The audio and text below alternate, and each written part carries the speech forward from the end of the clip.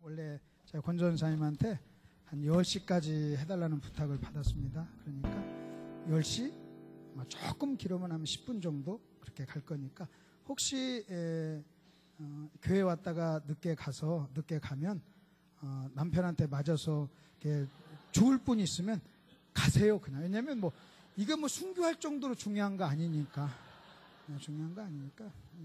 안 들어도 또 여러분 목사님이 또 얘기할 거니까. 안 그러면 그냥 가셔서 나중에 참석한 사람한테 또 들어도 돼요. 안 그러면 이제 저 비디오로 봐도 되고 그러니까.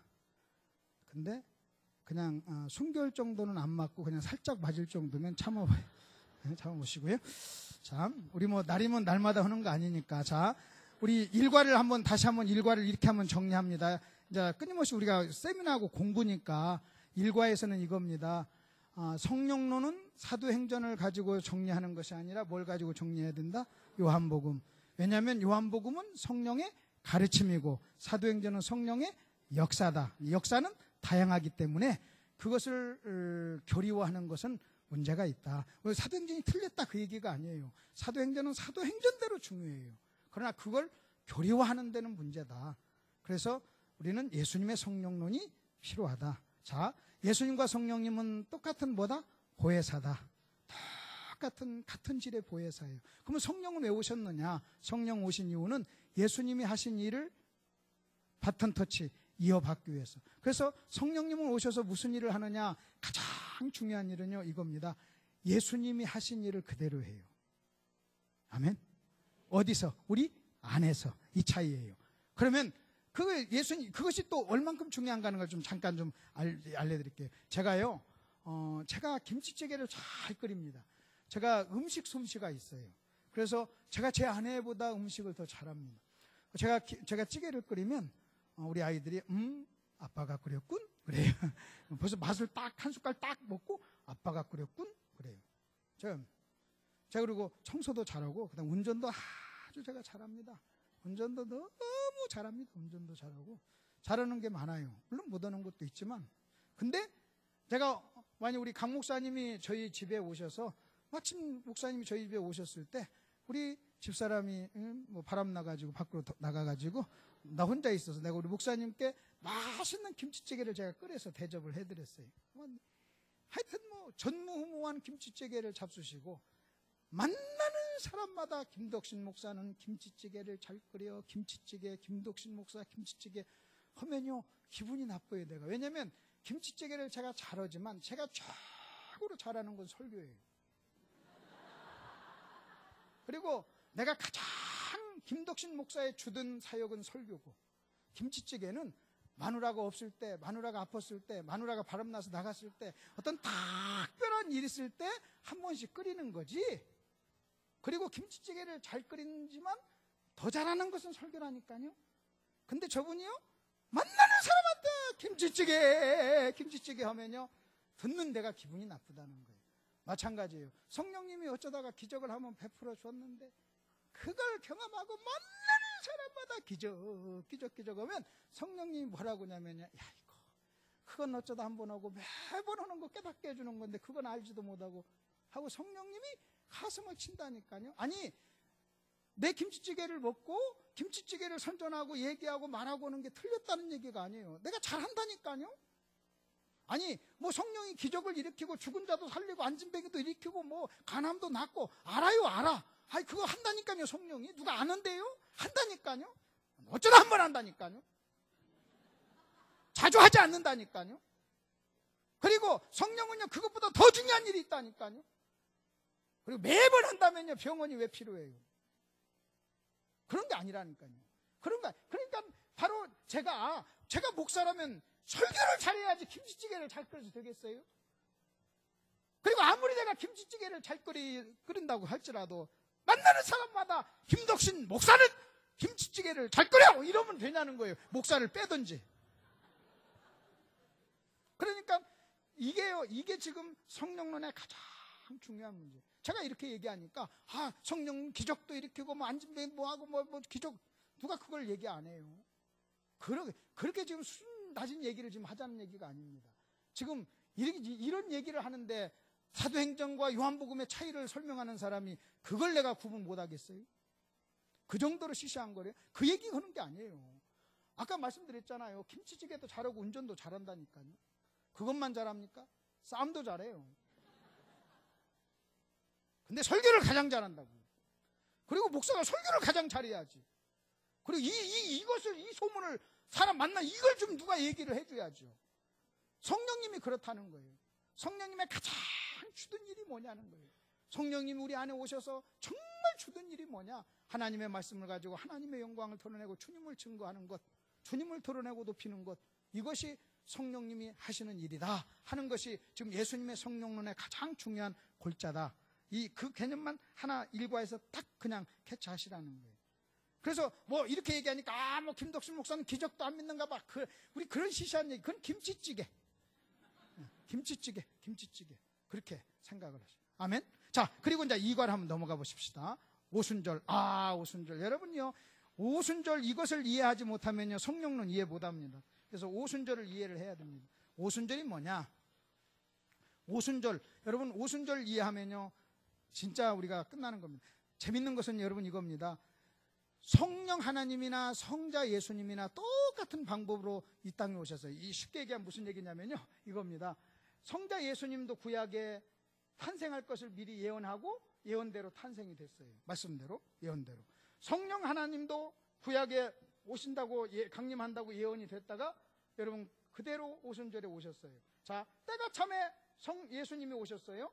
그 다음에 오순절이 이름에 성령이 오셨어요. 그러니까 성자나 성령이나 똑같이 예언이 됐고 때가 차고 오순절이 이름에 똑같이 오셨어요. 근데도 성자 예수님이 예언됐고 오셨다는 것은 우리가 인정하면서 성령님도 이미 구약에 오실 것이 예언됐다가 그 예언대로 왔다는 사실을 우리가 성자 예수님만큼 그렇게 이해를 못한다는데 문제가 있다는 겁니다. 자, 먼저 또 하나 이렇게 한번 보십시다. 그냥 바로 한번 들어가서 이렇게 하면 여러분이 한번 보시죠. 예수님의 사역을 이렇게 한번 보십시다. 예수님이 오셔서 사셨습니다. 사시고 그 다음에 죽으시고 그 다음에 부활하시고 그 다음에 승천하시고 그리고 성령이 강림했어요. 그러면 여러분 보십시오. 예수님의 삶, 죽음, 부활, 승천 그리고 강림, 이것은요 첫째로 여기서 이번에 가장 중요한 것은 이 사건들은 연결된 사건이라는 거예요. 다시요. 무슨 된 사건이요? 연결된 사건. 연결된 사건. 독립된 사건이 아니에요. 연결된 사건이고 그 다음에 이것이 연결된 사건이면서 이 전체 사건을 통째로 우리는 뭐라고 하냐면 구속사라 그래요. 근데 이 사건에 여러분 강림이요 이것이 이렇게 연결된 사건이라면 성령의 강림은 이 모든 사건의 최고의 꽃이에요. 꽃, 봉우리예요. 다시 말하면 예수님이 죽으시고 부활하시고 승천하시고 만약 성령이 오시지 않았다면요 이 사건이 마무리가 안 되는 거예요. 그래서 이것이 연결된 사건이라면 여러분 잘 보십시오. 이 사건이 무슨 된 사건? 연결된 사건이고 이것이 연결된 사건이라면 무엇이 가장 중요하다고요? 성령 강림이 가장 중요하고 성령 강림은 마치 반지의 다이아몬드나 같은 거예요.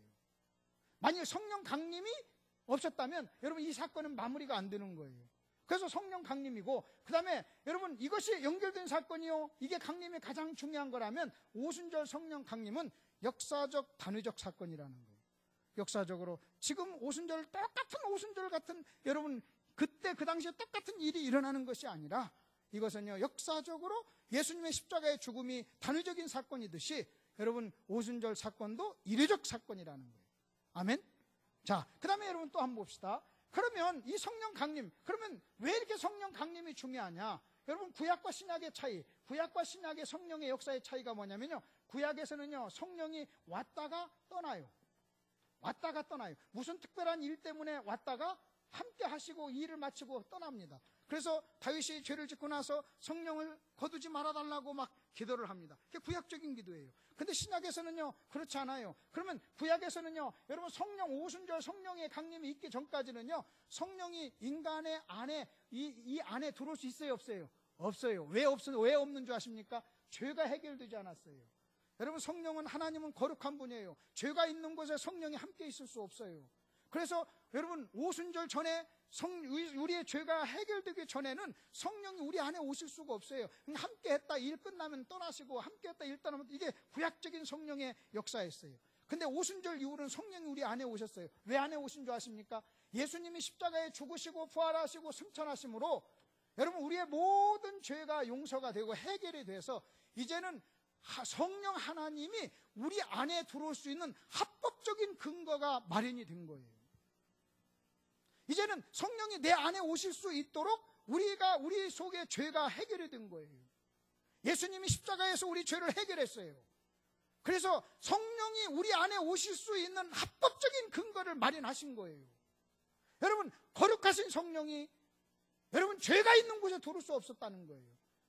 그래서 예수님이 승천하시고 성령이 오신 거예요. 그래서 이제는요, 그 믿는 사람의 마음속에 들어간 거예요.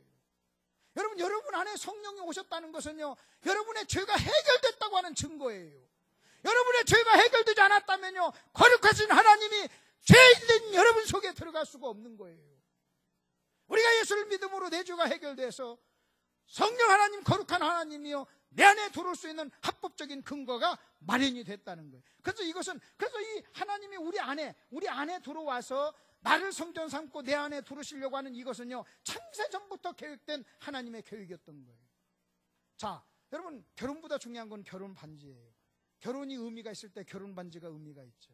마찬가지예요. 이 오순절이 뭔가를 우리 한번 보십시다. 자, 2번을 한번 넘어가 보시죠. 2번을 넘어가세요. 여러분, 2번 넘어가면 성경구절 3개가 나옵니다. 성경구절 3개가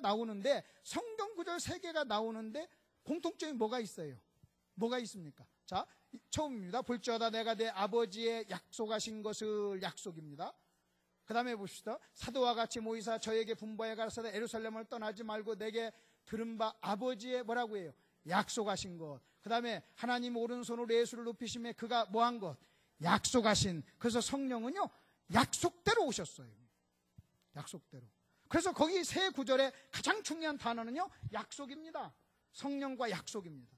성령은요, 여러분, 제가 이걸 공부하면서 잠깐 저를 한번 보십시오. 제가 이 성령론을 공부하면서 1년 동안 성령에 대해서 미쳤습니다. 그래서 내가 어떤 목사님을 만나든 누구를 만나든 어떤 신학자를 만나든 어떤 사람 내가 신학자를 찾아갔어요. 찾아가고 만나고 목사님 만나고 각 교단의 목사님 만나서 항상 내가 이렇게 얘기했습니다. 제가 지금 성령론을 공부하고 있습니다. 당신이 나에게 성령에 대해서 말할 수 있는 것이라면 뭐든지 말하십시오. 내가 듣겠습니다. 그래가지고 만나는 사람마다, 그 다음에 굉장히 각 교단에, 그 다음에 각 뭐 크게 하고 작게 하고 공부하고 뭐 그냥 학자고 온 사람들을 찾아가서 제가 그렇게 얘기를 했습니다. 근데 한 목사님을 찾아갔어요. 고신측의 한 목사님 만나서 성령에 대해서 얘기 좀 해주세요. 당신이 알고 있는 무슨 얘기든 내가 듣겠습니다. 했더니 그분이 오순절을 얘기하면서 이렇게 있습니다. 오순절 날 120명 성도들이 모여가지고 간절히 성령의 강림을 기도했다. 그래서 성령이 오셨다 그랬어요. 내가 그랬어요. 성경 어디에 그들이 성령 강림을 기도했다는 말이 어디 있습니까? 그랬어요. 여러분, 우리가 이렇게 해봅시다. 자, 사랑하는 성도 여러분, 오순절 120명이 모였습니다. 그들이 모여서 간이 떨리도록 간절히 성령의 강림을 기도했습니다. 했더니 성령이 오셨습니다. 여러분 기도하면 여러분에게도 오순절 성령이 임합니다 하면 멋있고 폼있고 감동스럽고 아마 나와요. 근데 성경적이지 않아요. 여러분 보십시오. 기도했더니 성령이 온 것하고 약속대로 성령이 온 것하고는요 전혀 달라요. 기도했더니 성령이 왔다면요 공로가 인간이에요. 성령은요 기도 안 해도 오순절날 와야 했어요. 오게 돼 있어요. 아멘 좀 하세요. 아니 기도와 상관없이 오는 거예요. 그냥 약속대로 온 거예요. 약속대로. 내가 내 아들에게 자동차 사주기로 약속했어요. 그랬더니 이놈이 자동차 사줘 내가 사줬더니 내가 사달라고 해서 사줬지. 아니에요. 약속대로 내가 사준 거예요. 여러분 성령은요 약속대로 온 거예요. 그래서 오순절 성령 강림은 뭐냐? 이걸 하나 개념입니다. 약속의 성취예요. 다시 뭐라고요? 약속의 성취. 시작. 약속의 성취. 만일 오순절 성령 강림이 약속의 성취라면 성령을 보내신 분이 아버지요. 여러분 성령이 오신 것이 아버지라는 거예요. 아버지가 영광을 받는 거예요. 아버지. 근데 내가 기도했더니 왔더라 하는 얘기는요, 내가 성령까지도 좌지우지할 수 있는 거예요. 근데 오순절날 성령의 120명이요 성령 강림을 기도했다는 말이 아니라 그냥 그들이 모여서 간절히 기도했다 그렇게 나와요. 근데 우리는 거기다가 성령 강림, 물론 성령 강림을 기도할 수도 있겠지. 그러나 성경에 그런 말이 없잖아요. 그래서 내가 그 목사님 그랬어요. 목사님, 성경에 없는 말은 하지 맙시다. 정말로 그게 그렇게 중요했다면 오순절날 그들은 모여서 성령 강림을 기도했더니 성령이 오셨더라 그렇게 나왔을 텐데, 거기 사도행전에서도 약속. 그래서 여러분요, 성령은 하나님의 약속의 성취다. 그래서 오순절 성령 강림은 하나님의 약속의 성취, 하나님의 신실하신 하나님이 당신이 약속대로 성령을 뭐 해주신 거예요? 우리에게 보내주신 거예요. 아멘. 약속의 성취예요. 약속의 성취. 기도하지 말라 그 얘기가 아닙니다. 우리가 이 부분이 정리가 돼야 여러분 오순절이 엄청나게 감격으로 다가옵니다. 그래서 이과 제목이요, 오순절. 우리가 이 공부 끝나고 나서 어떤 목사님이 저한테 왔어요. 저는요, 오순절 이과 제목을 내가 정할 때요, 오순절 할 때 이 오순절의 의미를 다 깨닫고 나서요 눈물이 나오더라고요. 야, 오순절, 성령이 오셨네. 이거 하고 나서요, 성령이 오셨네. 성령. 제가 그 수천 번 불렀어요. 수천 번. 이거 깨닫고 나서 부르는 것하고요, 알기 전에 부르고 나면 전혀 달라요. 전혀. 끝나고 있다 하면 마지막에 불러요. 한번 1절 한번 불러보자고요. 성령이 오셨네. 성령이 오셨네. 내 주에 보내신 성령이 오셨네. 내 주에 보내신 성령이 오셨네. 약속의 성취입니다. 그 다음에요, 자 2번을 한번 보시죠. 자 3번을 제가 또 설명해 드릴게요. 3번을 좀 설명해 드릴게요. 3번을 설명하는데 제가 좀 이렇게 설명하는 게 좀 좋을 것 같습니다. 제가 수원 삽니다. 수원 사는데요, 가끔 수원에서는요, 갑자기 수원시에서 축포를 자주 이렇게 합니다. 지난번에 시 60주년 해가지고 막 포를 막 쏩니다. 갑자기 방에 있다 보면 바바방 포소리가 막 납니다. 막 축포 소리가 막 나죠.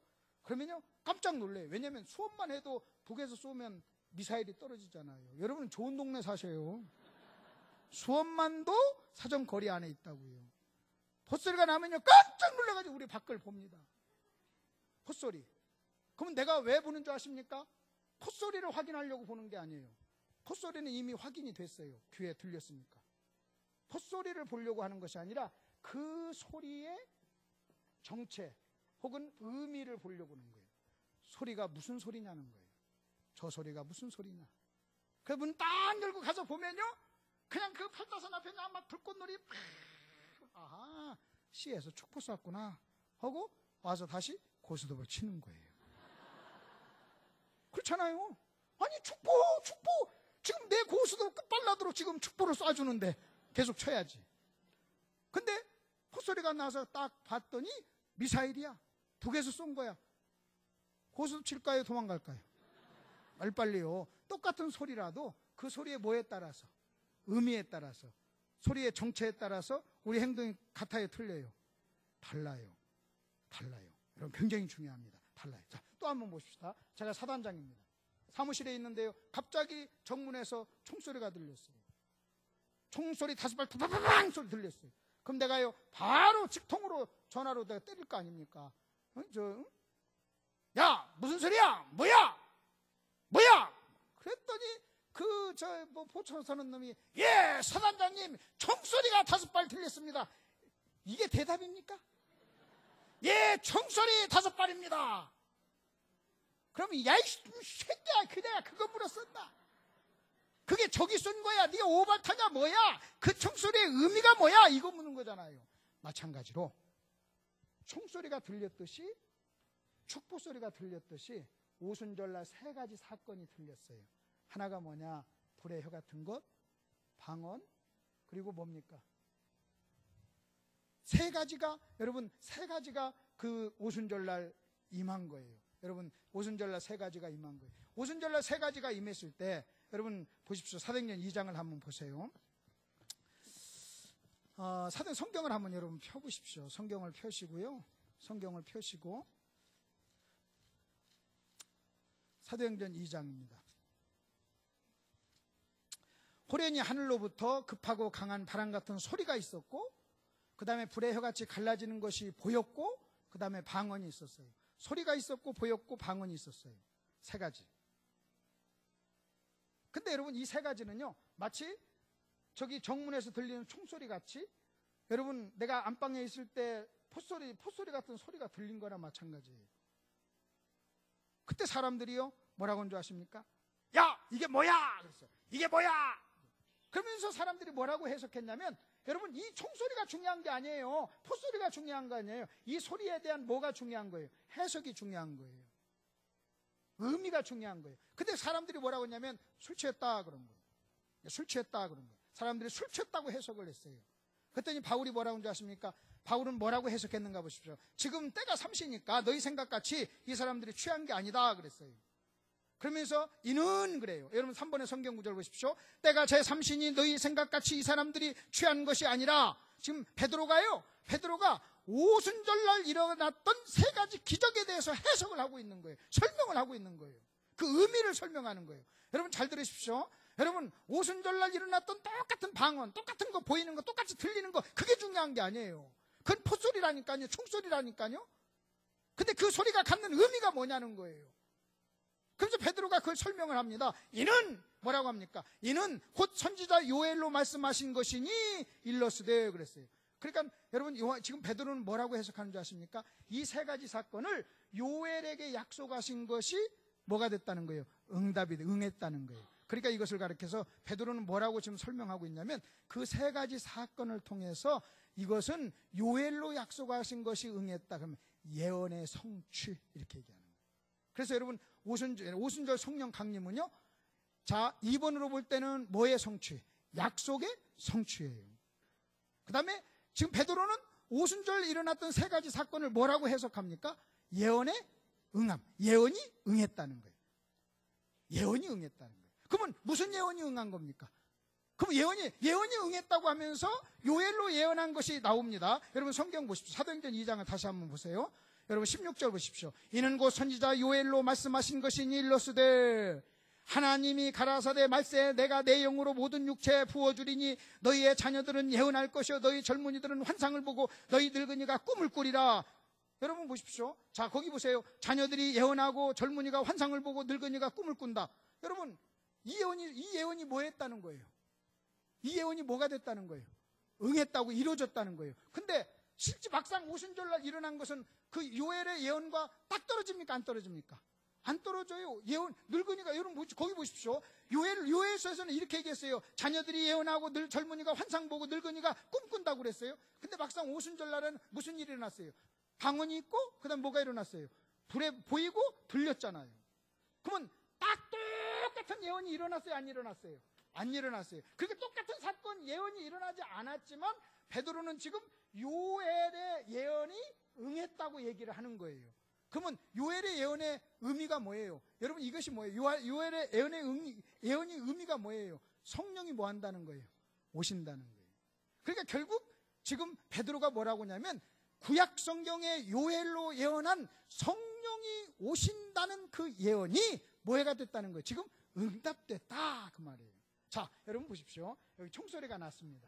총소리가 났어요. 야 무슨 일이야? 그랬더니 내가 이 총소리의 의미를 물으니까요, 칼빈총 2발에 대포소리 1소리 이렇게 얘기하지 않았다는 거예요. 북에서 쳐들어왔습니다. 이게 의미예요.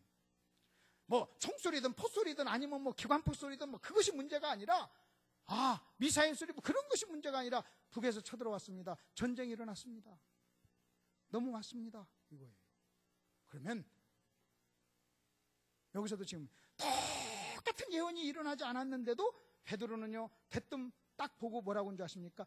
요엘이 예언한 것이 응했다 이렇게 해석을 하는 거예요. 그러면 베드로가 이 해석을 뭐라고 하는 이겁니다. 요엘로 예언한 성령이 오셨다. 베드로는 지금요 성령이 오셨다는, 방언, 소리, 보이는 것, 기적, 이것 자체가 중요한 게 아니에요. 그 기적이 담고 있는 의미. 여러분 여기 보십시오. 아까 그래서 반지하고 얘기했는데 여러분이 컵이 있습니다. 컵 속에 물이 있어요. 컵보다 물이 중요하죠. 마찬가지입니다. 지금 오순절날 일어난 세 가지는 컵과 같은 역할이에요. 근데 그 오순절 일어났던 세 가지 기적이 여러분 사람들에게 주는 의미가 뭐냐? 성령이 오셨음을 선포하는 거예요.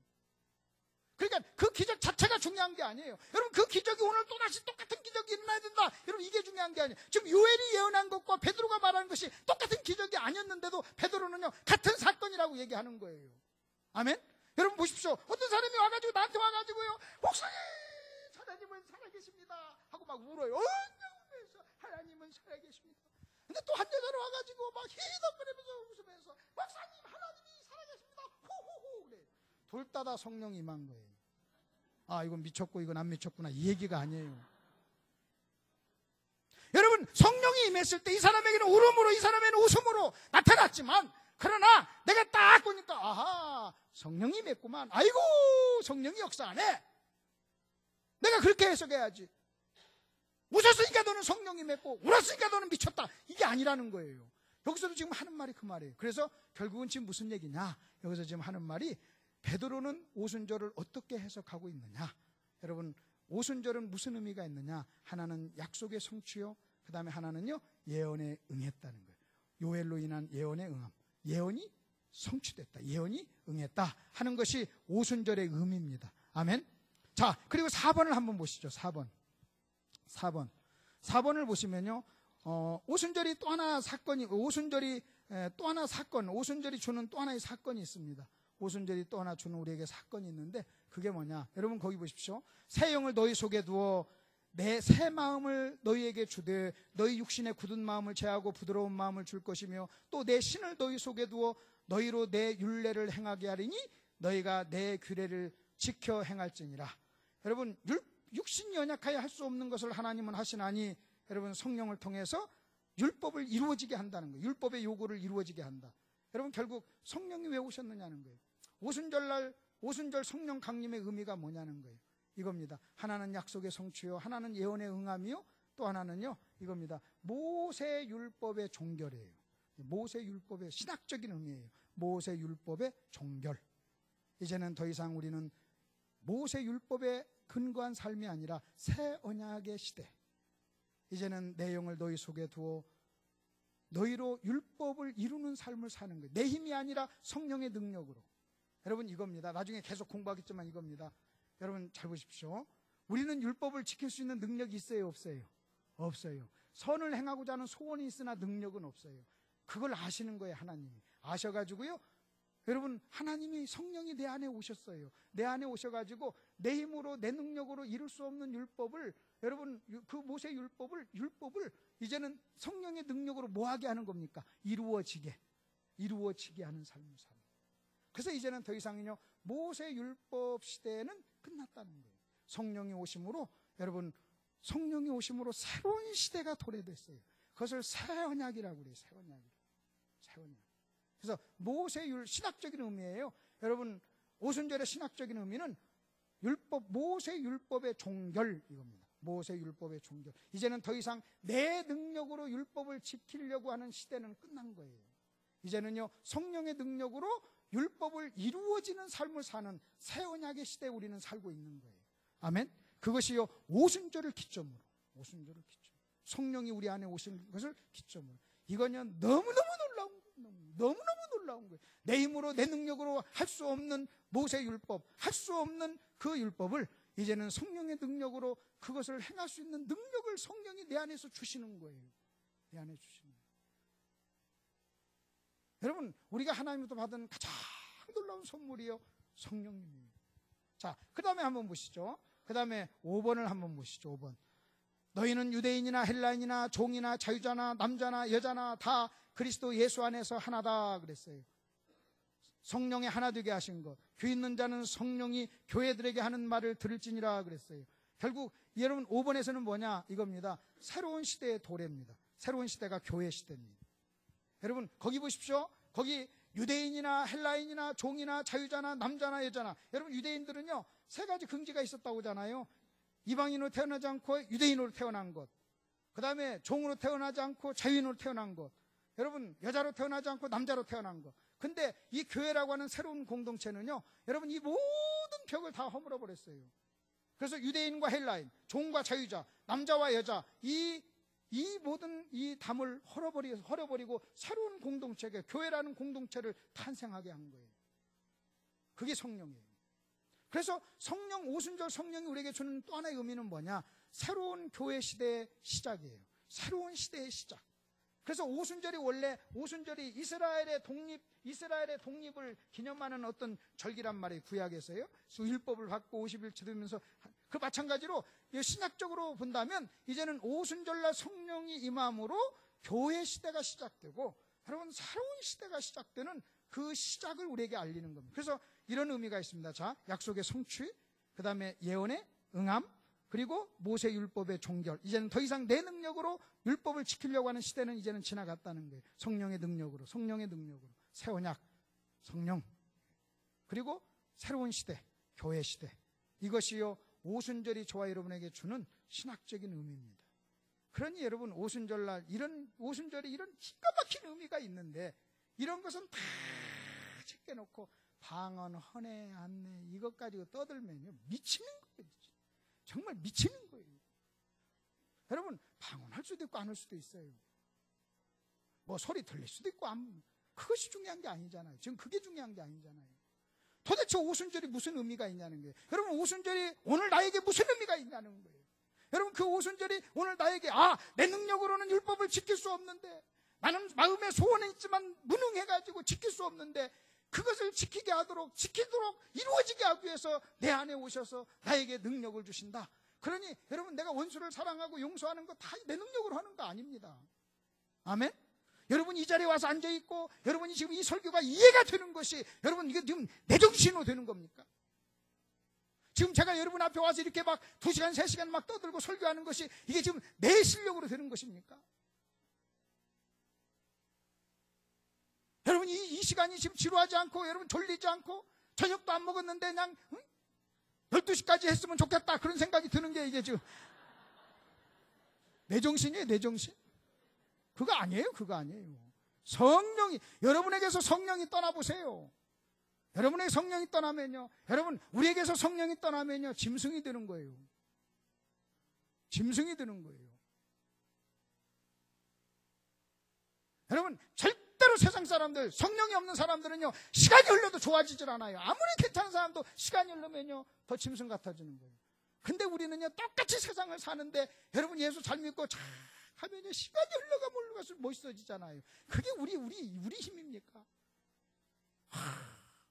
우리 아버지는 예수 안 믿었어요. 시간만 나면 취미로 어머니를 팼어요. 우리 마누라보다 훨씬 착한데 우리 어머니는 맞았어요. 우리 마누라는 우리 어머니보다 훨씬 나쁜데 안 맞고 살아요. 왜요? 왜? 내가 예수 믿어서 내 속에 성령이 있어서요. 성령이.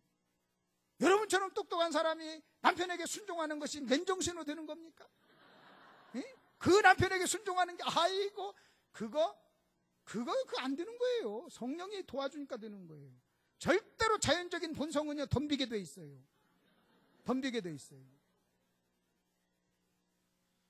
근데도 여러분 그 남편에게 순종하는 거 보세요. 여러분 예수 잘 믿으면요. 자, 그래서 오순절 이제 삼과까지는 해야 돼요. 삼과도 간단하게 할게요. 간단하게.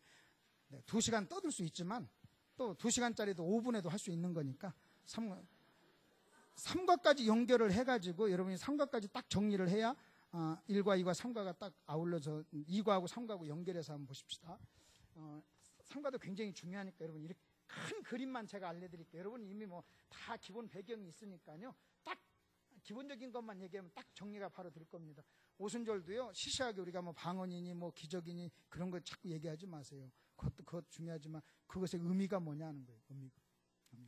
오순절은요 딱 여러분이 딱 그냥 약속의 성취, 예언의 응함, 그리고 딱 그냥 모세의 율법의 종결, 새로운 시대의 시작 딱 해가지고 다른 사람 뭐 좀 막 그냥 막 방언하면서 막 오순절에 막 기적을 막 하는 사람은 딱 가서 오순절의 의미를 아십니까?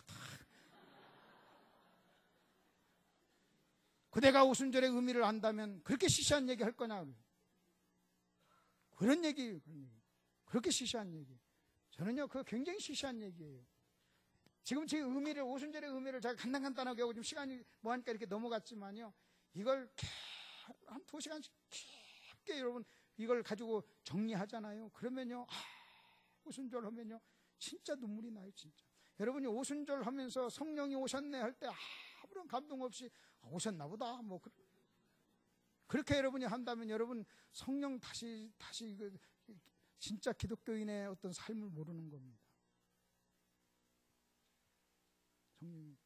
자, 그러면 권능을 한번 봅시다. 사람들이요 권능에 대해서 오해를 합니다. 오해를 하니까요 자꾸 자기는 능력이 없는 줄 알아요. 권능하면 자꾸 우리는 막 기적이 일어나고 기도하면 벌떡벌떡 일어나고 막 그냥 막 안수하면 막 그냥 간암이 낫고 막 그냥 팍 이런 것만 자꾸 권능이라고 생각해. 귀신아 물러갈지어다 그러면 막 팍 넘어져가지고 막 물러가고 막 이걸 능력이라고 하는데 제가 권능에 대한 정체를 내가 말씀드릴게요. 여러분 우리가 잘 아는 대로 사도행전 1장 8절에 이렇게 나옵니다. 성령이 너에게 임하시면 너희가 뭘 받고? 권능을 받고. 다시 성령이 너에게 임하시면 너희가 뭘 받고? 권능을 받고. 그러면 사도행전 1장 8절이요 기준입니다. 성령이 너에게 임하시면 너희가 뭘 받는다? 권능을 받는다. 그러니까 사도행전 1장 이후에는 그들이 뭘 받았습니까? 권능이 있었어요? 없었어요? 있었어요. 그럼 그전에는 있었다는 얘기예요? 없었다는 얘기예요? 없었다는 얘기예요. 자, 잘 들으세요. 일단 큰 그림을 내가 얘기합니다. 성령이 너에게 임하시면 뭘 받는다? 권능을 받고. 그러면 사도행전 1장 8절이 제자들의 기준이었어요. 그래서 그들은 1장 8절 전에는 권능이 있었다 없었다? 없었다. 근데 1장 8절 이후에는 권능이 있었다. 그러면요 간단합니다. 1장 8절 전에 제자들의 모습과 1장 8절 후에 제자들의 모습을 똑같은 놈들이니까 그렇잖아요. 에? 그러니까 이전에 이 사람들을 하고 후에 이 사람들을 뭐 하는 겁니다. 비교를 해가지고 뭘 찾으면 돼요. 차이를 찾으면 그 차이가 뭐예요? 권능이에요. 이해가 되셨나요? 다시 사도행전 1장 8절을 기준으로 전과 후로 나누는 겁니다. 성령이 너에게 임하시면 뭘 받는다? 권능을 받고. 그러면 그전에는 받았다 안 받았다? 안 받았다.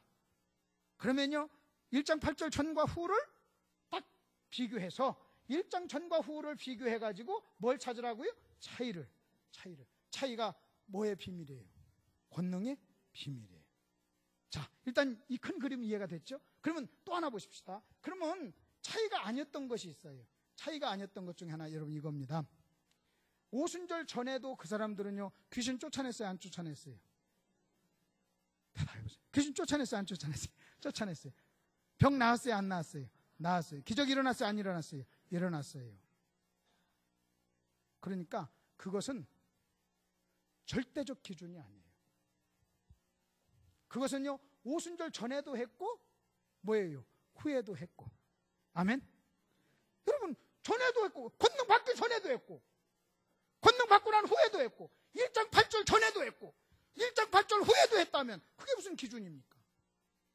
그것이 중요하지 않다는 얘기가 아닙니다. 그것은 전에도 했어요. 그리고 후에도 했어요. 그러니까 그것은 절대적 결정적 기준이 아니다. 있어도 좋고 없어도 좋고. 그러니까요 어떤 사람은 이럴 수 있는 겁니다. 이때도 귀신 쫓아냈어요. 그러니까 귀신 쫓아내면서도 권능이 있을 수도 있고 없을 수도 있고. 아멘? 왜 그걸 아멘 안 하세요? 아니 이때도 권능 귀신 쫓아냈잖아요. 그들 귀신 쫓아내도 막 좋아하니까 예수님이 그랬잖아요. 야 인마 그것 가지고 인마 좋아하지 마라 그랬잖아요. 근데 여러분 잘 들어보십시오. 그 전에도 귀신 쫓아냈고 후에도 쫓아냈다면 여러분 그러니까 쫓아냈다면 귀신 쫓아내고도 권능이 없을 수도 있다는 거예요. 왜? 그건 절대적 기준이 아니니까. 기적을 베풀었어요? 그러니까 기적을 베풀고도 권능이 없을 수도 있고 기적을 안 베풀고도 권능이 있을 수 있고. 아멘? 아니 이게 얼마나 좋은 소식이에요. 여러분 기적 안 일어나잖아요. 근데 권능이 있다는 건데 왜 그래요? 참. 또 한번 보십시다. 여러분 기적이나 이적이나 귀신 쫓아내는 것이 절대적 기준, 권능의 기준이라면 여러분 우리 중에 귀신 쫓아내는 사람이 얼마나 있어요? 그러면 그렇게 안 하면 다 무능하고 권능이 없는 사람인가요? 또 한번 보십시다. 성령이 너에게 임하시면 뭘 받는다고 그랬어요? 권능을 받는다고. 그럼 물어봅시다. 성령이 여러분에게 임했어요? 안 임했어요? 그럼 권능 받았어요? 안 받았어요? 받았죠. 임하면 받는다고 그랬잖아요. 이상하네. 다시요. 성령이 권능이 임하면 받는다고 그랬잖아요. 그러면 임했어요, 안 임했어요? 임했잖아요. 근데 왜 안 받았다고 그래요? 아니, 말씀대로 성령이 너에게 임하시면 권능을 받고 그랬잖아요. 잘 들어보세요. 성령이 너에게 임하시면 권능을 받는다고 그랬잖아요. 그럼 성령이 나에게 지금 임했잖아요. 그럼 권능을 받았잖아요. 또 하나 한번 보십시다. 여러분 잘 보세요. 성령, 그 다음에 권능. 성령이 커요, 권능이 커요? 자, 이렇게 한번 물어봅시다. 간암, 그 다음에 병. 병이 커요, 간암이 커요? 에? 아니, 보십시오. 자, 무슨 얘기냐면 어떤 사람은요, 자기가 간암 걸렸어. 간암만 병이라는 거예요. 다른 것이 무슨 병이냐 물러갈지어다. 간암만 병이니라. 위암은 시시하다. 뇌종양도 시시하다. 그게 무슨 병이냐? 병은 간암 정도 돼야지. 그래가지고 그런 사람은요, 병 이꼴 간암 이렇게 해서 계산하는 거예요.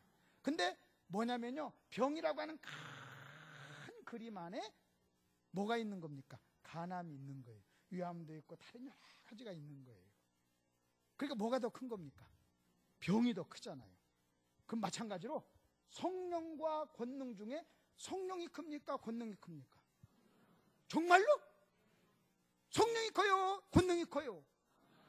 그러면 더 큰 성령을 받았는데 더 큰 권능은 못 받았어요?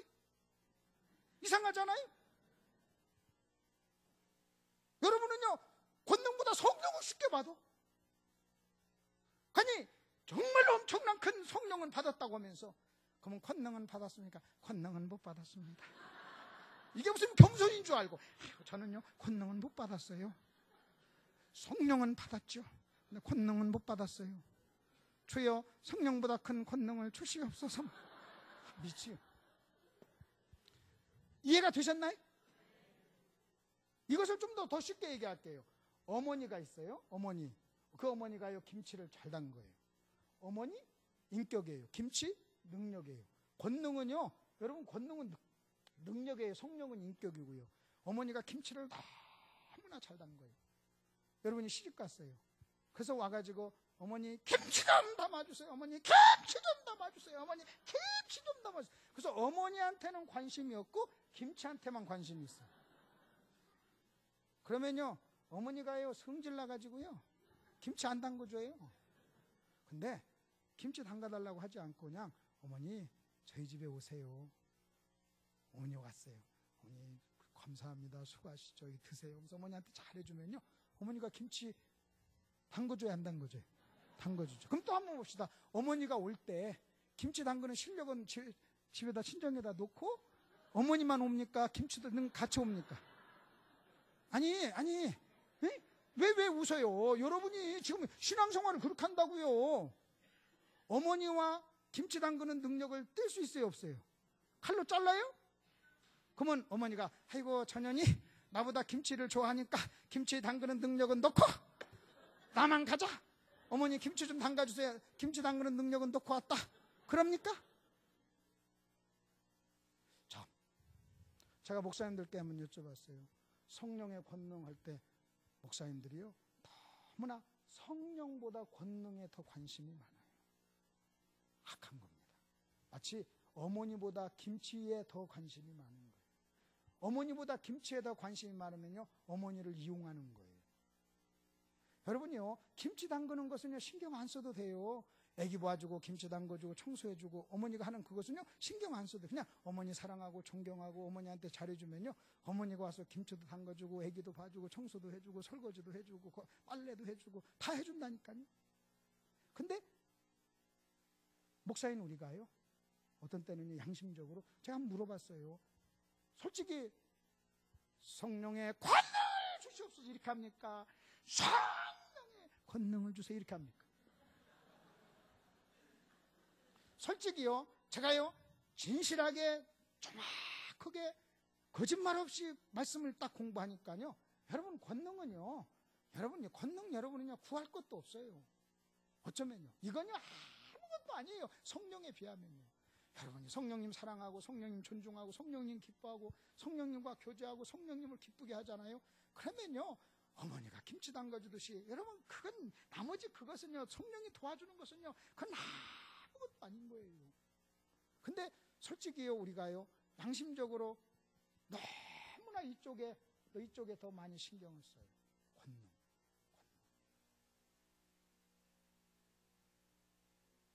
그래서 성령을 이용하는 거예요.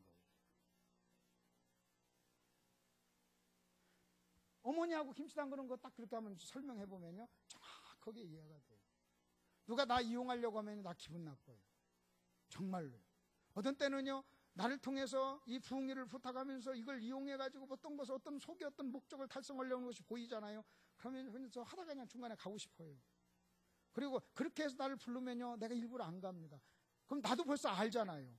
와서 우리 교회 와서 부흥해 주세요. 아, 저 사람 날 지금 이용해 가지고 뭔가 부흥을 통해서 뭔가 달성하려고 하는구나. 그걸 알잖아요. 그러면요 너무 기분 나쁘고요 마음의 분노가 일어나잖아요. 성령도 아는 거예요.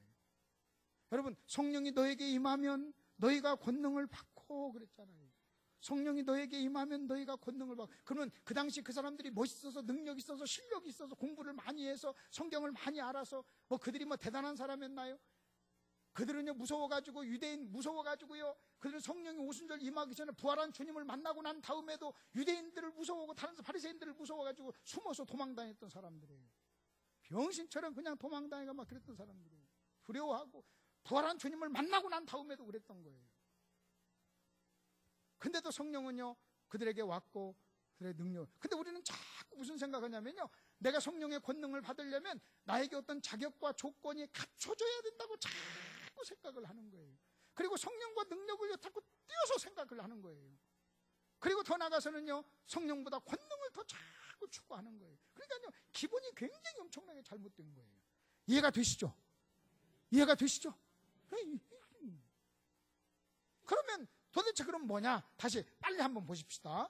자, 다시 1번 보십시오. 성령의 권능에 대한 성경적 이해가 필요한 이유가 뭐냐? 여러분 이것에 대한 이해가 필요해야요 여러분 괜히 영적인 열등의식 안 갖는 거예요. 아니 어떤 사람이 막 쏠쏠이 하면서 줘야 내가 기도했더니 귀신이 나갔어 막 이러면 막 이거 난 능력이 없는 줄 알고 막 기가 죽어가지고 막 쫄고. 그러면 이거 성령의 권능이 뭔가를 몰라서 그러는 거예요. 제가 이 성령의 권능에 대한 선명한 이해가 되고 나서 보니까요 여러분 성경이 말하는 성령의 권능은요 지금 우리가 말하는 성령의 권능과 너무나 거리가 멀은 거예요. 거리가. 만일 여러분 보십시오. 지금 일반적으로 우리가 생각하는 어떤 특별한 엘리트 어떤 사람들에게만 성령의 권능이 임하고 그런 것들만 성령의 권능이라면 너무나 많은 사람들이 성령이 임했는데도 권능 없이 바보처럼 무능력하게 살아가는 거예요. 아니에요. 제가 볼 때 여러분 방언 안 오고 귀신 안 쫓아내고 뭐 다른 거 안 해도요 여러분 중에 성령의 권능에 충만한 사람이요 내가 보니까 많이 있는 거예요. 내가 그걸 설명해 드릴게요. 저는요 제가 이거 공부하고 나서 내가 성령의 권능이 나에게 없다는 걸 단 한 번도 내가 생각한 적이 없어요. 내가 나보다 어떤 사람이 막 나보다 목회를 막 10배, 100배, 1000배를 더한다 할지라도요 여러분 성령의 권능은요 그것하고 아무 상관없는 거예요. 그것하고 아무 상관없는 거예요. 성령의 권능은요 그런 것하고 상관이 있는 게 아니에요. 그러면 여기 지금 사도행전에서 성령의 권능의 정체가 뭐냐는 거 차이가. 그래서 이 차이를 한번 찾아보자는 거예요. 이 차이. 그 다음에 이 차이를 찾아보고 그 다음에 또 하나 우리가 봐야 될 것이 이것입니다. 예수님께서 요한복음에서 성령이 너에게 오시면 하면서 오시면 어떤 일을 할 것이다 하는 말을 끊임없이 계속합니다. 그때 그것이 바로 권능이에요. 왜? 성령이 오면 권능도 함께 오니까. 아멘? 성령이 오면 권능도 함께 오니까. 그러면 먼저 한번 보시죠. 교재를 한번 보십시다. 3번 보세요. 3번. 2번은 그럼 성령 권능을 어떻게 할 수 있느냐? 1장 8절을 기준으로 전과 후의 제자들의 모습을 비교, 차이를 찾아보자. 이게 2번입니다. 3번입니다. 다음 말씀을 통해 성령의 권능을 설명해 보세요. 지금은 너희가 근심하나 그랬어요. 그 다음 뭐라고 그랬어요? 성령이 오시면 지금은 근심한다고 그랬어요. 지금은 근심했어요. 그러면 지금은 뭐에 대해서 지금입니까? 성령이 오시기 전 그걸 지금이라고 그래요. 그러나 성령이 오시면 너에게 뭐가 넘친다고 그랬어요? 기쁨. 그럼 보십시오. 성령이 임하면 그러면 지금은 근심하나 성령이 오시면 너희가 기쁨인다. 그러면 무엇이 권능인 줄 아십니까? 기쁨이에요. 자, 이겁니다. 자, 그럼 이겁니다. 환경은 전혀 기뻐할 수 없는데 기뻐할 수 있는 환경이 아닌데 만약 여러분이 기뻐하잖아요. 그 사람은요 권능이 그에게 임한 거예요. 그게 정체예요. 그래서 초대교회 그 사람들은요, 여러분 사도행전 2장 3장에 보면 그들은 주님께 얻어 터지고 뭐라고 하십니까? 얻어 터지고 기뻐하면서 내가 주님을 위해서 핍박받는 것을 오히려 기뻐하면서. 그럼 어떤 사람이 권능이 없는 줄 아십니까? 전도하다가 욕 한 번 먹었더니 그냥 나 이거 못 살아. 이게 권능이 없는 거예요. 이게 권능이 없는 거예요. 여러분, 내가 방언 할아버지를 해도 뭐 좀 핍박받고 예수님 때문에 좀 어려움을 당하니까 막 그것 때문에 낙심하고 절망하고 막 사네 못 사네, 예수를 끝내 안 끝내, 교회를 나가네 안 나가네, 그러면 권능이 없는 거라고.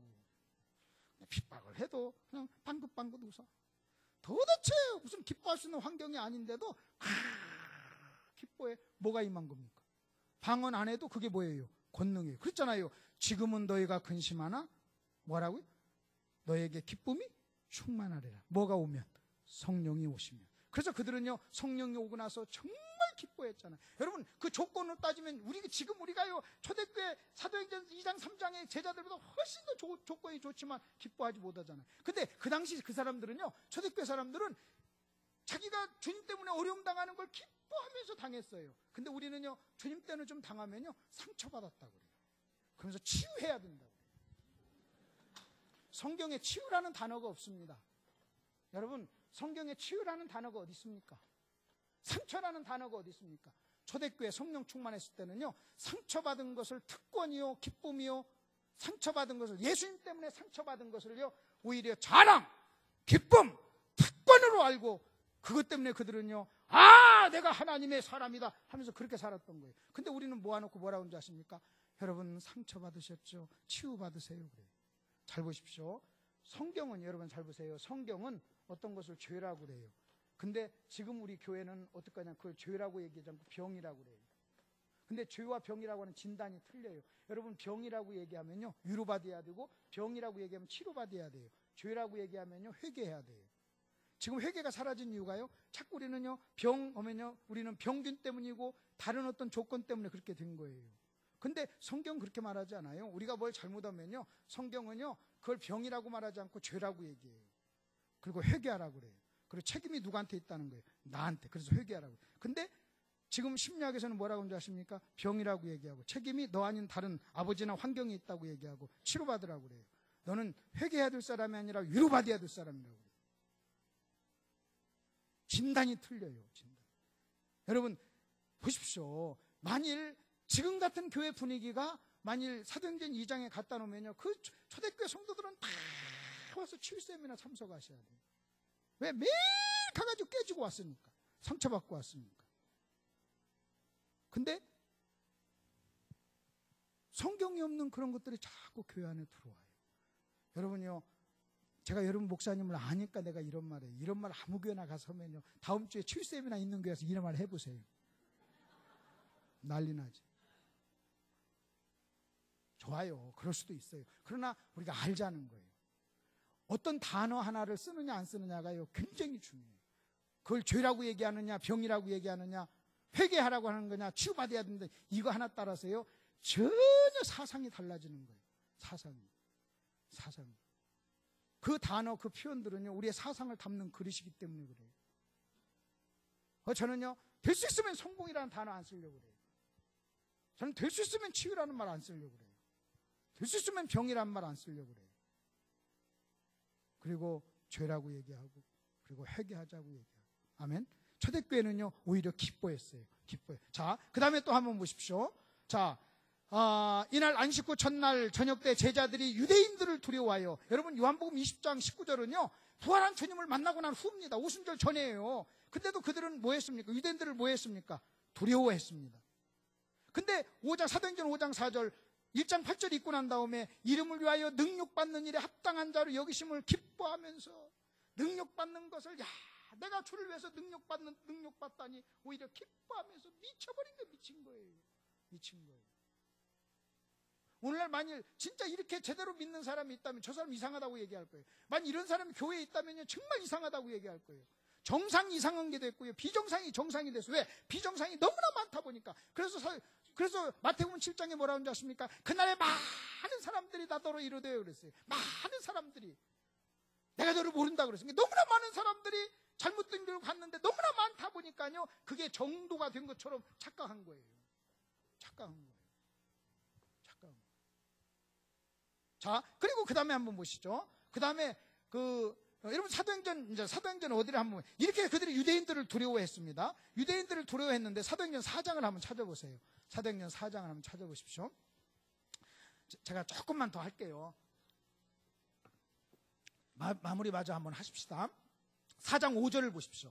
이튿날에 관원과 장로와 서기관들이 예루살렘에 모였는데 대제사장 안나스와 가야바와 요한과 알렉산더와 및 대제사장의 문중이 다 참여하여 사도들을 가운데 세우고 묻되 너희가 무슨 권세와 네 이름으로 이 일을 행하였느냐? 이에 베드로가 성령이 충만하여 가르되 하면서 백성의 관원들아 장로들아 하면서 얘기합니다. 그럼 여러분 보십시오. 거기 보십시오. 6절 보십시오. 저 5절 관원, 장로, 서기관, 그 다음에 제사장, 가야바, 대제사장, 이 사람들은요, 베드로가 얼마 전에, 잘 보십시오. 그 사람들, 그 무리들은요, 바로 얼마 전에, 불과 50일 전에 예수를 죽인 권세예요. 예수를 죽인 권세예요, 권세. 그들이 예수를 죽였어요. 근데 오순절을 경험하기 전에 베드로는요, 계집종 앞에서도 두려워했어요. 계집종이 너도 그 당이다 하면서 아니다 오리발렘을 했어요. 두려워가지고. 근데 지금은요, 그 예수를 죽인 권세, 베드로는 그 권세를 봤어요. 그 권세가, 그 사람들이 예수를 죽이는 걸 봤어요. 그리고 지금도 예수를 죽였기 때문에 지금도 베드로를 죽이려면 죽일 수 있는 거예요. 지금 베드로는요, 죽음의 권세 앞에 딱 서 있는 거예요. 그런데 그들이 너 그만해! 말하지 마! 입 닥쳐! 근데요, 당당하게 얘기하는 거예요. 그 전에 계집종 앞에 부들부들 떨면서 두려워하던 베드로는 사라졌어요. 그래서 사도행전 1장 8절 전에 두려움이 지배하는 이 제자들의 모습이라면 1장 8절이 있고 난 다음에는요, 담대함. 그래서 뭐가 권능이냐? 담대함이에요. 아까는 뭐라고 했어요? 뭐가 권능이라고 했어요? 기쁨. 그 다음에 또 뭐가 권능입니까? 담대함. 아멘 좀 하세요. 아멘 좀. 여러분 정말로요. 정말로. 내가 별 볼 일 없는데 이렇게 담대하게 하는 것도요, 성령 때문이에요. 정말이에요. 저는요, 제가 처음 구원받고 내가 나간 교회에서요, 내가 열등의식도 많고 소심하고 성격이 막 그래가지고 내가 첫 번째 가서 이 찬송가 경연대회를 하는데 사회 보시는 분이 나 물어봐. 이름이 뭡니까? 몇 살 먹었습니까? 뭡니까? 내 대답도 못하고 말도 못하고 그러니까요, 남자가 이렇게 수줍음이 많아가지고 어떻게 세상을 살 거냐고 나를 걱정해 줬던 사람이에요. 천하의 김덕신이라. 근데 그런 김덕신이가요, 여러분 앞에서 지금 이렇게 담대히 내 정신으로 하는 거 아니에요. 이게 권능이에요. 정말이에요. 저는요, 제가 알아요, 그걸. 성령이 나에게 임하고 내가 예수 믿고 내가 어떻게 달라졌는가를요, 내가 알아요. 나는요, 진짜 열등의식이 많아서요, 사람 앞에 말도 못했던 사람이 더듬거리고요. 예수 딱 믿고 나서요, 2달인가 있다가 차 안에 계신 승객 여러분 안녕하십니까 하고 차 안에서 전도한 사람이에요.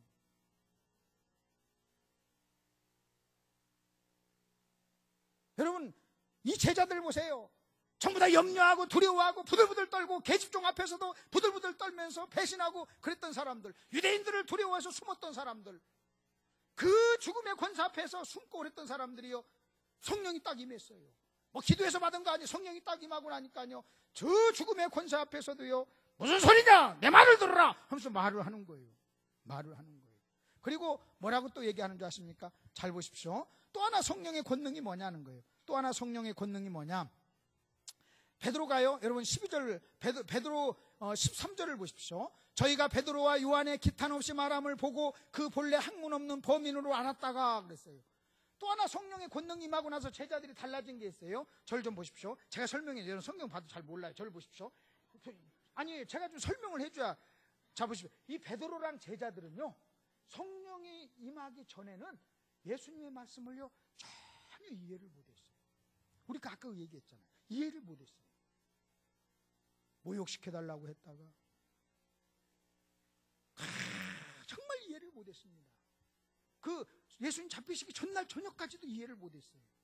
그런데 오순절이 딱 임하고 난 다음부터는요, 정확하게 예수가 구약에 예언됐던 메시아다, 그동안 예수님으로부터 들었던 모든 하던 하나님의 말씀이 정확하게 정리가 되어버렸어요. 그래서 기탄 없이 말을 하고, 여러분 기탄 없이 말을 내면요 뭔가 확신이 있고 정리가 돼 있어야 기탄 없이 말을 하는 거예요. 거기에 목숨을 거는 거예요. 그리고요 정확하게 메시아를 전합니다. 정확하게 메시지를 전해요. 그리고 그동안 들었던 예수님 말씀을 정확하게 정리를 해요. 따로 무슨 배우질 않았어요. 따로 무슨 과외 수업 받지 않았어요. 근데 정확하게 이해를 해요. 성령이 하십니다. 그래서 성령이 우리 안에서, 성령의 권능이 뭐냐 오시면요 성경을 정리하게 해요. 그래서 본래대로 깨닫도록 해요. 이게 성령이 하시는 일. 그 다음에 또 하나 보십시오. 성령이 또 하나 하시는 일은, 또 하나 이 달라진 것이 뭐냐. 여러분 달라진 것 중에 하나가 또 하나 있습니다. 거기 보십시오. 4번 보십시오. 10 제자가 듣고 두 형제에 대해 분이 여겼다. 여러분 제가 설명해 드릴게요.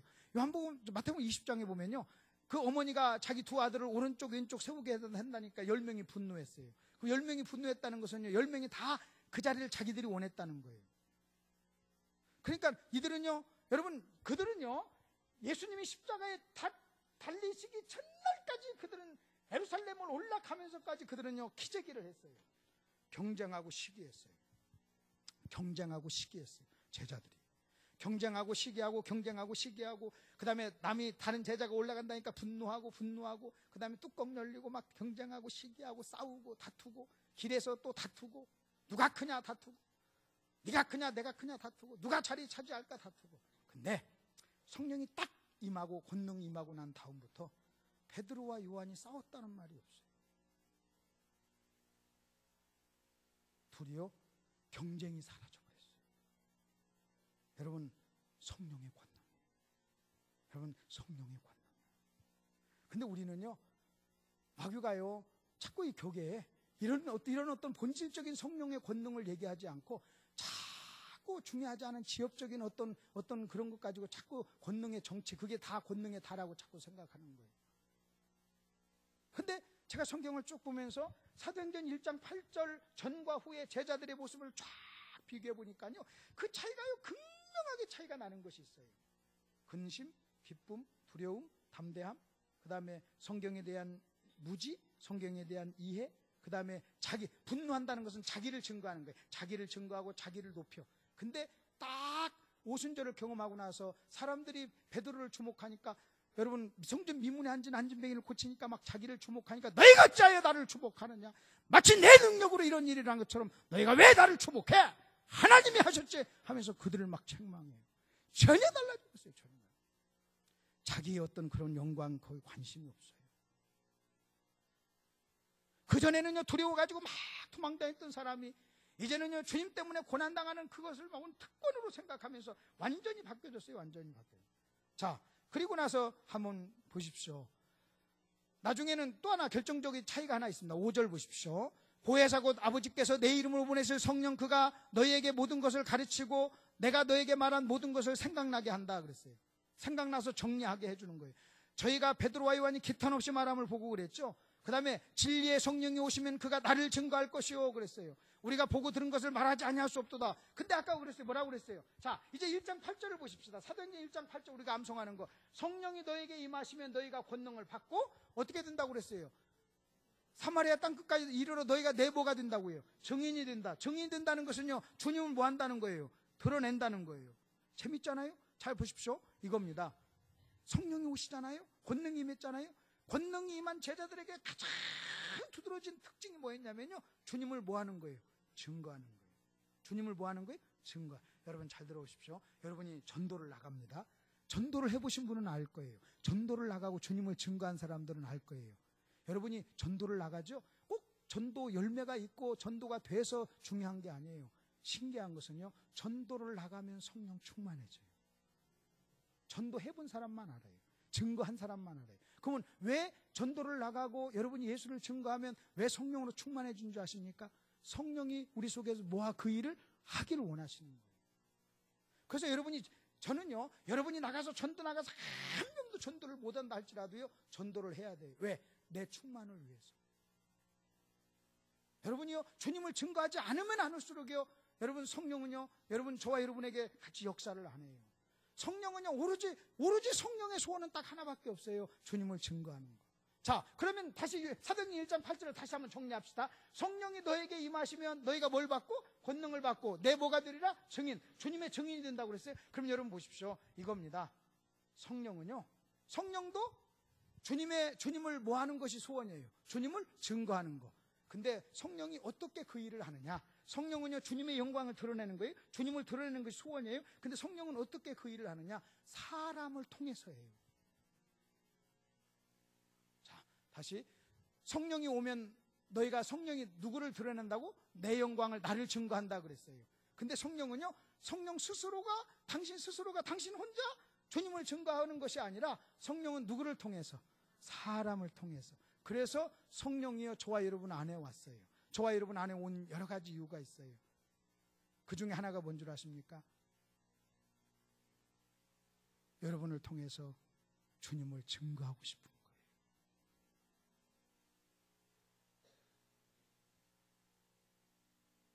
주님을 증거하는 그 소원으로 똘똘 뭉친 성령님이 여러분 안에 왔는데, 여러분이 전혀 주님을 증거하고 싶은 마음이 없다는 얘기는요, 전혀 성령의 지배를 안 받는다는 거예요. 잘 보십시오. 다시 한번 결론을 한번 내려볼게요. 자, 성령은요, 관심이요, 주님을 증거하는 것이 최대의 관심이에요. 성령은. 근데 그 성령님이 믿는 자 마음속에 들어왔어요.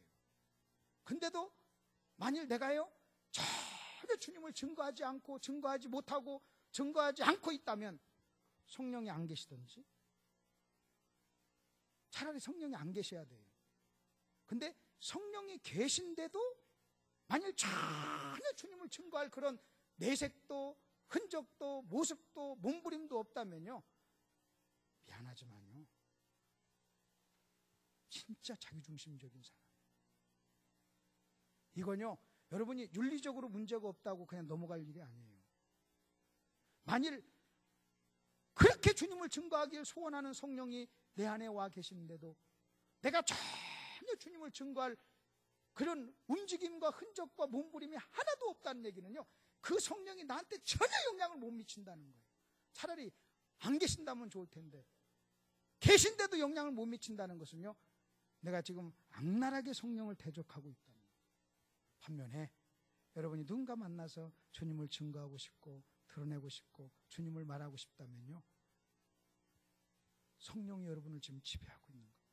오늘 제가 세 과목을 얘기했습니다. 자, 정리하고 마칩시다. 그러나, 자, 다시. 그러나, 그리고 나서 뭘 고백하라고요? 진리를 고백하고 하나님의 뜻을 뭐하자? 선택하자. 그랬죠? 그 다음에 사람이 변화되는 과정. 자, 그냥 안 보고 그냥 외웁시다. 안 보고. 첫째 말씀, 자, 환경, 시작. 환경. 두 번째, 말씀. 세 번째, 겸손. 네 번째, 성령. 다섯 번째, 능력. 그리고 삶이 뭐가 일어나요? 변화가 일어납니다. 변화가 일어나고. 자, 사도행전은 성령의 역사에, 요한복음은 성령의 가르침입니다. 예수님이 요한복음 14, 15, 16장에서 성령에 대해서 가르쳤어요. 그래서 우리는 요한복음 14, 15, 16장을 가지고 성령론 교리를 정리를 해야 돼요. 근데 성령론 교리의 가장 중요한 것은 뭐냐? 예수님도 보혜사, 성령님도 보혜사. 근데 예수님은 함께, 성령은 안에. 성령은 안에. 성령은 안에. 안에. 여러분, 성령님의 소원이 있다면요, 주님을 증거하는 거예요. 아까 말씀드렸죠? 성령은 기적도 일어나고 이적도 일으키고 뭐 별거 다른 거 다 하세요. 마치 내가 김치도 담고 운전도 하고 청소도 잘하듯이. 그러나 설교가 주 업무예요. 예수님은요, 성령은 왜 오셨느냐? 성령이 오신 이유가 뭐냐? 여러분, 예수님과 바톤 터치를 하는 거예요. 그래서 예수님이 하신 일을 그대로 이어받는 것이 성령이 하시는 일이에요. 아멘. 성령이 지금 그 일을 어디서 한다고요? 내 안에서. 어디서 한다고요? 내 안에서. 내 안에서. 내 안에서 하시죠. 아, 오순절에 뭐라고요? 성령은요, 뭐 때문에 오셨다고요? 하나님의 약속으로 왔고. 그래서 약속의 성취예요. 그 다음에 예언의 성취, 약속의 응답, 예언의 성취예요. 그리고 뭡니까? 오순절은 모세 율법의 종결, 그리고 교회 시대의 시작. 자, 사도행전 1장 8절을 기준으로 권능 전과 후로 나눕니다. 차이가 뭡니까? 차이가 근심과 기쁨, 두려움과 담대함, 자기 중심과 하나님 중심, 자기를 드러내는 것과 하나님 영광 드러내는 것, 그리고요, 성경에 대한 무지, 성경에 대한 이해. 여러분 이것이요 성령이 임했을 때, 여러분 성령과 권능은요 뗄래야 뗄 수가 없는 거예요. 여러분 믿으세요. 여러분이 성령이 여러분에게 임했다면 권능도 임한 것을 여러분 믿으시기를 바랍니다. 권능도 여러분이 소유했다는 것을 여러분이 믿으시기를 바랍니다. 그걸 뗄래야 뗄 수가 없는 겁니다. 기도하겠습니다.